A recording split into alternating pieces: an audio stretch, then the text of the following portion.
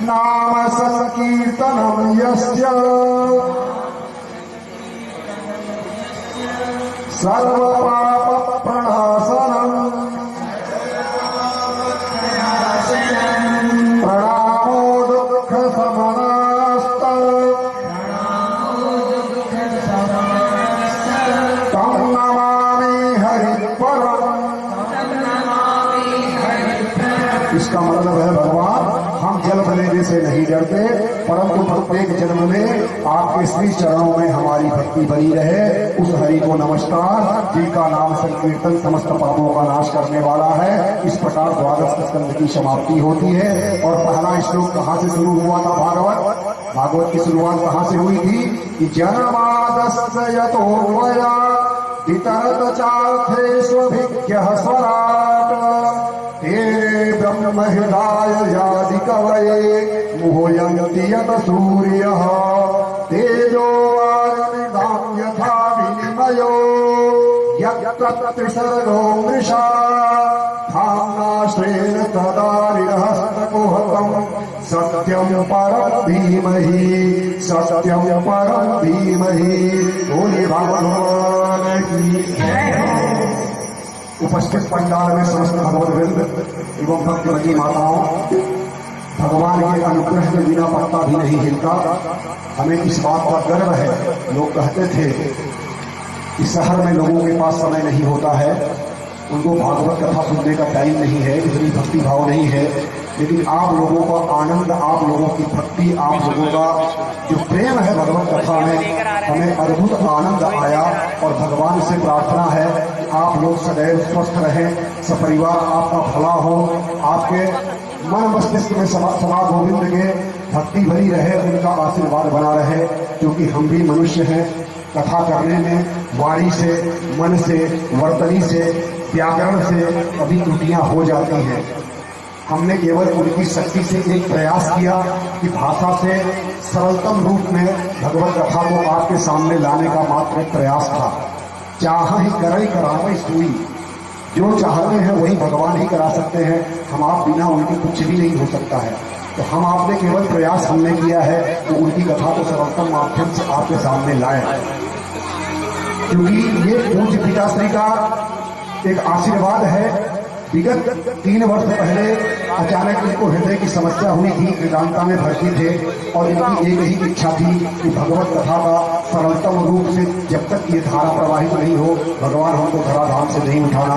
भगवान ने इनके बातों को सुना और इनको स्वस्थ किया। और इनको शक्ति केवल वही मिलती है जहाँ भागवत कथा होती है। आज ये हृदय का ऑपरेशन भी कराए हुए हैं, लेकिन अगर वाणी से बोलते हैं मंत्रोच्चारण तो आप कह ही नहीं सकते कि इनका जो है ऑपरेशन हुआ है। तो भगवान ने भागवत कथा में इतनी शक्ति है कि स्वयं ये पुनः खड़े हो गए। और हम सबका सौभाग्य है कि ये यहाँ पे आकर के विराजमान है, क्योंकि ये संस्कृत जगत की वो प्रतिमूर्ति है, वो मूर्धन्य विद्वान है कि जिनका काशी और प्रयाग में एक अपना नाम है, जिन्होंने व्याकरण से श्रीमद् भागवत को एक नई दिशा दी है, नई दशा दी है।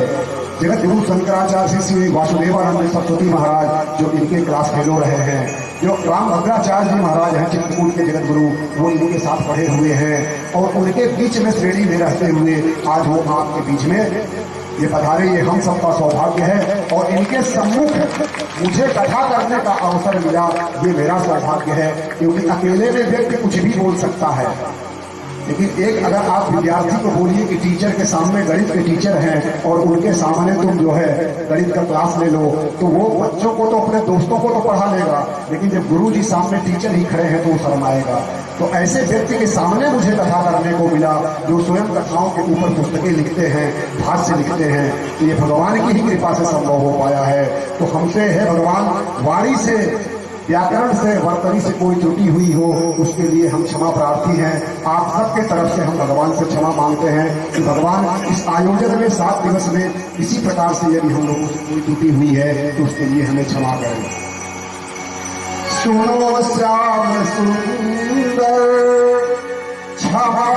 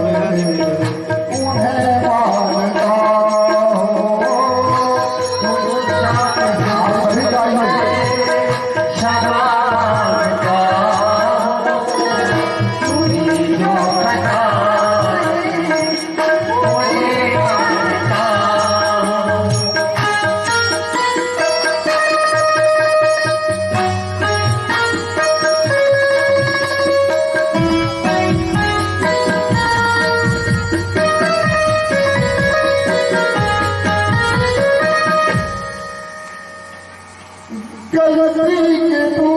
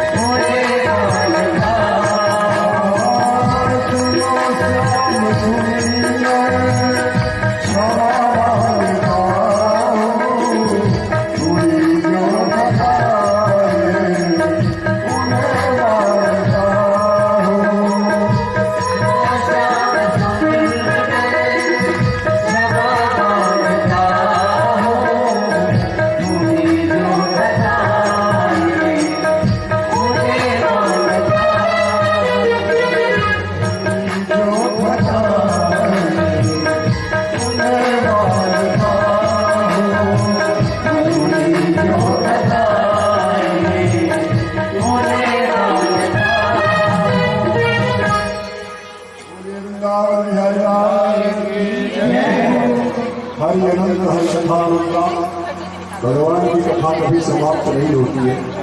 भगवान की कथा केवल विश्राम लेती है। बहुत अद्भुत ही आनंद रहा और पूर्ण रूप से मैं संतुष्ट हूँ, आनंद के सागर में डूबा। ये भगवान की कृपा थी।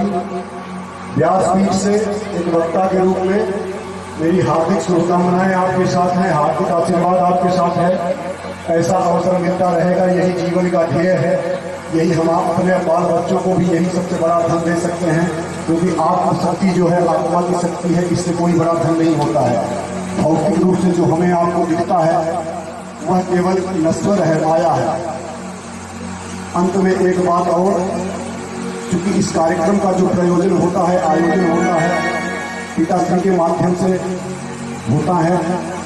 और बताया ना कि आज ये खड़े हुए हैं जो भागवत भगवान की कृपा से खड़े हुए हैं।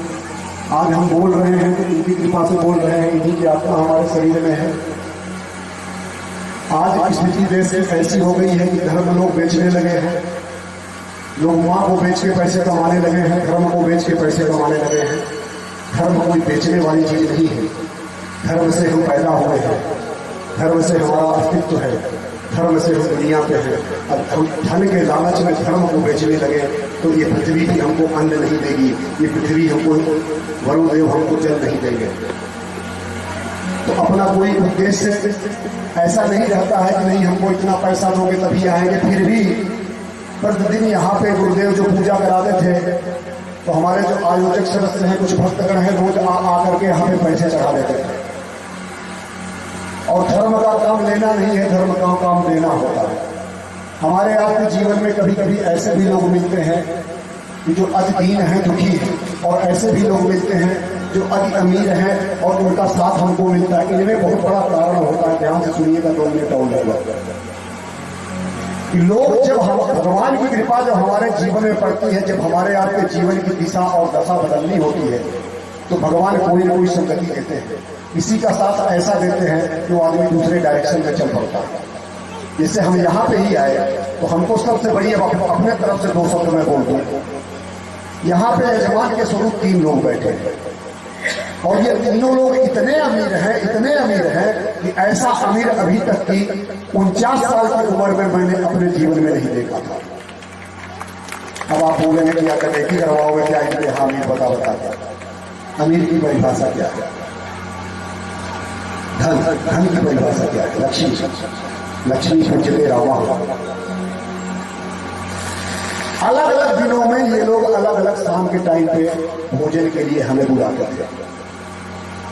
इन तीनों घरों में मैंने देखा कि इन तीनों घरों के पास साक्षात लक्ष्मी इन तीनों के घरों में विराजमान है। सबसे बड़ा भाग्यशाली व्यक्ति वो है जिसको लक्ष्मी स्वरूपा बहू की प्राप्ति हो जाए। लक्ष्मी स्वरूपा अगर बहू किसी के घर में है तो फिर किसी धन की आवश्यकता क्या है जब साक्षात लक्ष्मी आपके घर में बैठी हुई है।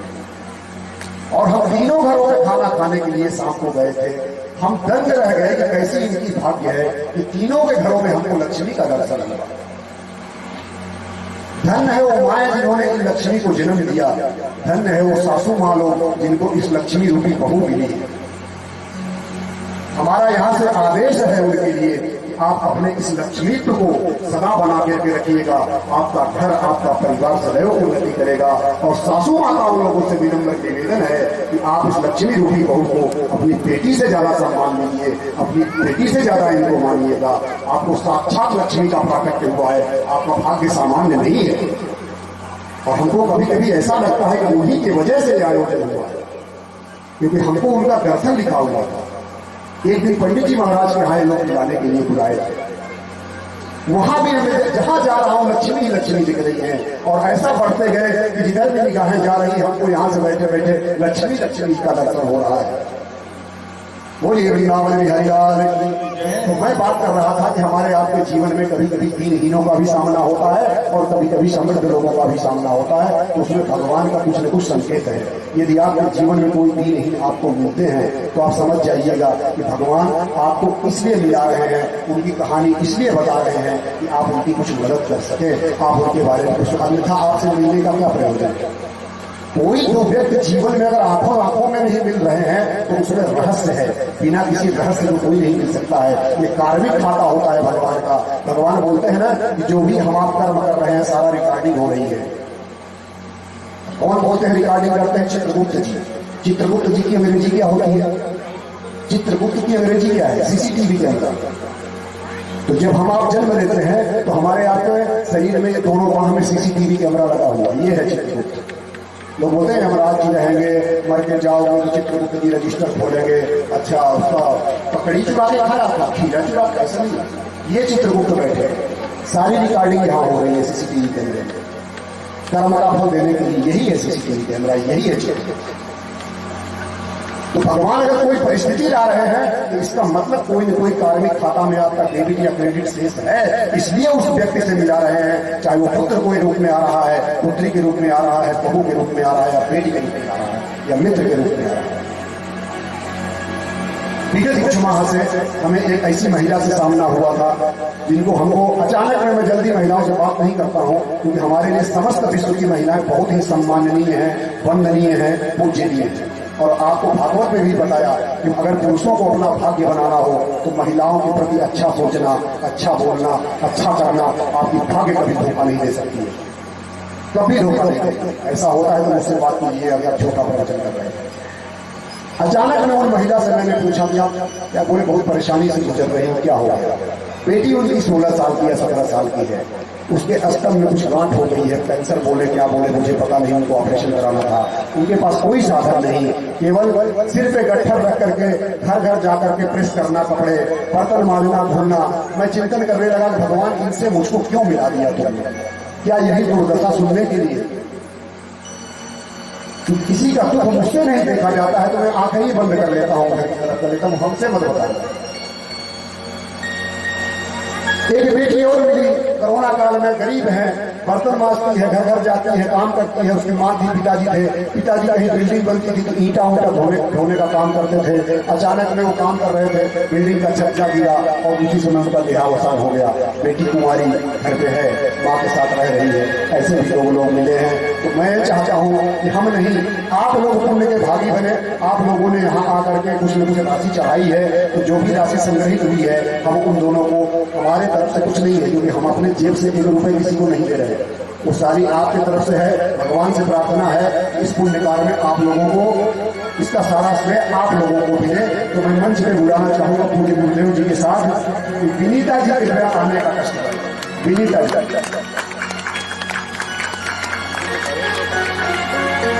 गुरुदेव श्री फल दीजिए और प्रसाद दीजिए।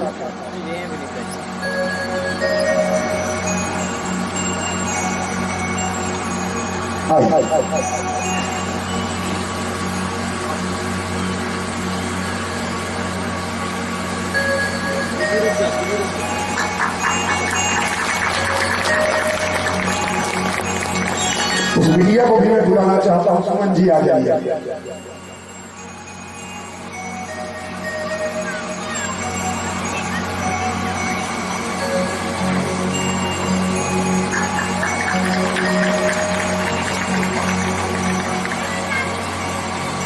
बोलिए वृंदावन बिहारी लाल की जय।